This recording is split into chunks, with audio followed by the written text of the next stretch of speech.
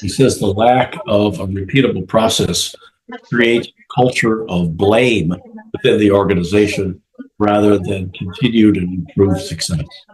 Welcome to Unstoppable Podcast with Harry Sardinas, inspiring conversations with influential millionaires, investors, thought leaders, entrepreneurs who are making a massive difference with their innovative products and services, and sharing the challenges and wisdom of how they sold their first million.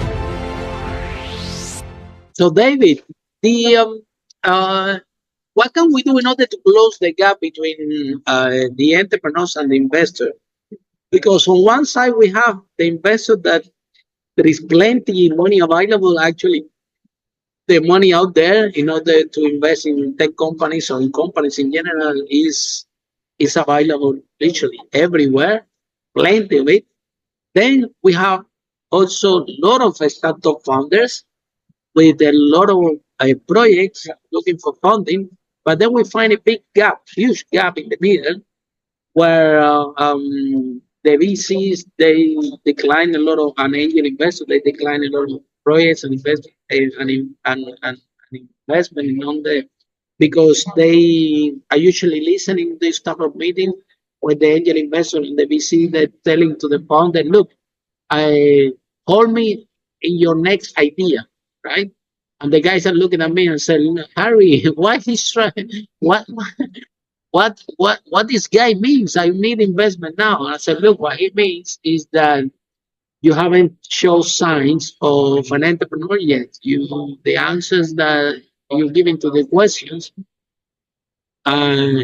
is they realize, of some of those VCs or angel investors, they have been founded themselves. Probably they exit 2-3 times, or they have lots of years of experience like you, David. And I think that if the startup founder is not mature enough, right, and they don't show signs or right up in love with the product to be an entrepreneur and to deal with the business mechanics, it's going to be very difficult to find funding. On the other hand, you have the founder that tell me, Harry, the investor never happy. When I have good product, they want traction. When they want traction, they want some things. They always want something and they never give me them, right? So how can we close that gap in the middle? That is actually because we want all the entrepreneurs to be from this broadcast to be healthy, wealthy, and happy. And I know a lot of founders there that they're struggling finding funding, and then I have a lot of strange people that is telling me, Harry, there are hundreds of projects out there, but none of them are investing. So how can we close this gap? It comes back to the survey that you do of the 800 to 1,200 personas that's part of your target market. And that survey would be asking them what is it that they want to do, and eventually what are they willing to pay for it. And then compare that to what it would cost to build that product, and determine by asking questions like, what's the likelihood of you buying this product at $100? What's the likelihood at $80, $60, $40, and so forth?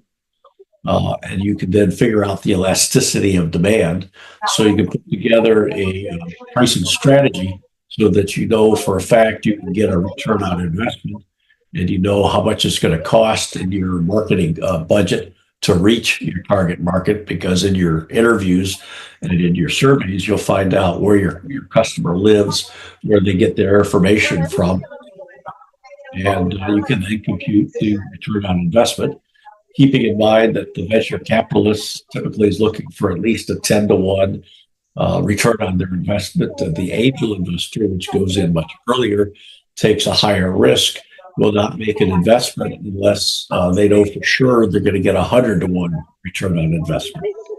And the only way you can prove that is with that basic bottom-up market research by surveying your target market. Fantastic, David. And tell us a little bit more how you become an entrepreneur. Well, I started. How long have you been an entrepreneur? Since 1969. Wow. I started the flying club at the University of Michigan because I was in aerospace engineering. I was a private pilot, and I was shocked that a Big Ten university like Michigan did not have a flying club. And that club is still going today, 55 years later. Wow. It's trained 5,000 pilots. I started with a set of values and a mission statement and a vision of what the organization can do, and it's thrived ever since. My aerospace engineering professor noticed that I could organize.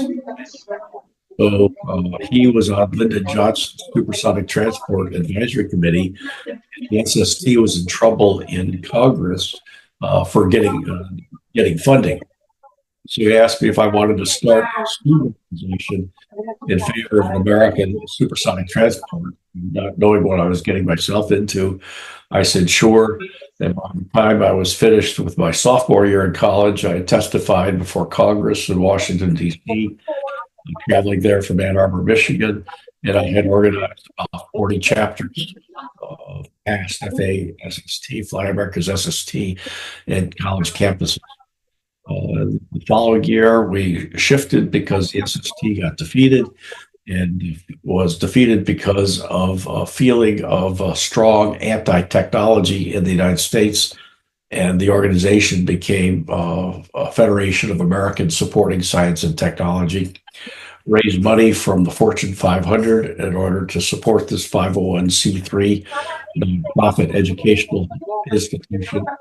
And then when I graduated from college, with a degree in interdisciplinary engineering, which is essentially product success training, I couldn't find a job, so I moved the headquarters to Washington, D.C., and lobbied Congress to build a space shuttle,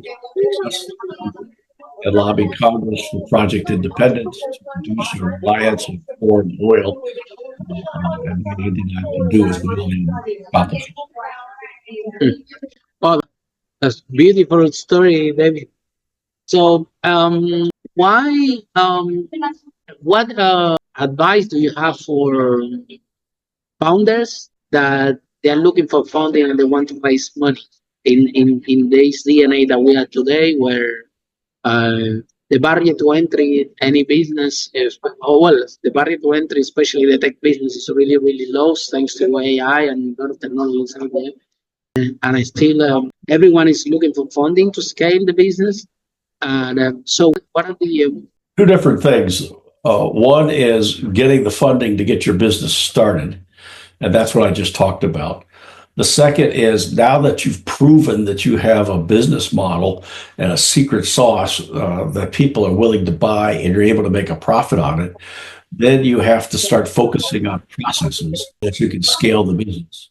And that's when the Series B, Series C, Series D investors come in, and they just want to know for sure that if they put X number of dollars in, you'll be able to scale the business, and they can get whatever particular return on investment that they're looking for.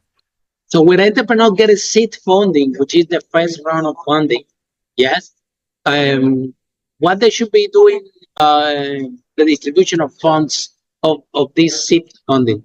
Should they put everything on the product, or should they put some part of the product and another part in doing this survey to the client? Basically, if you have $100, David, and I give you $100 as a seed funding, how much of this $100 you will allocate to product development, and how much of this $100 you will allocate to conduct those surveys to ask the potential clients if they like the product and in what form they would like to buy? Because I think this question is important. For founders, sometimes people receive seed funding and they put all the money in the product, and then when they go to the next stage, they don't have any traction. They just have a product. They don't even know if the market wants to buy.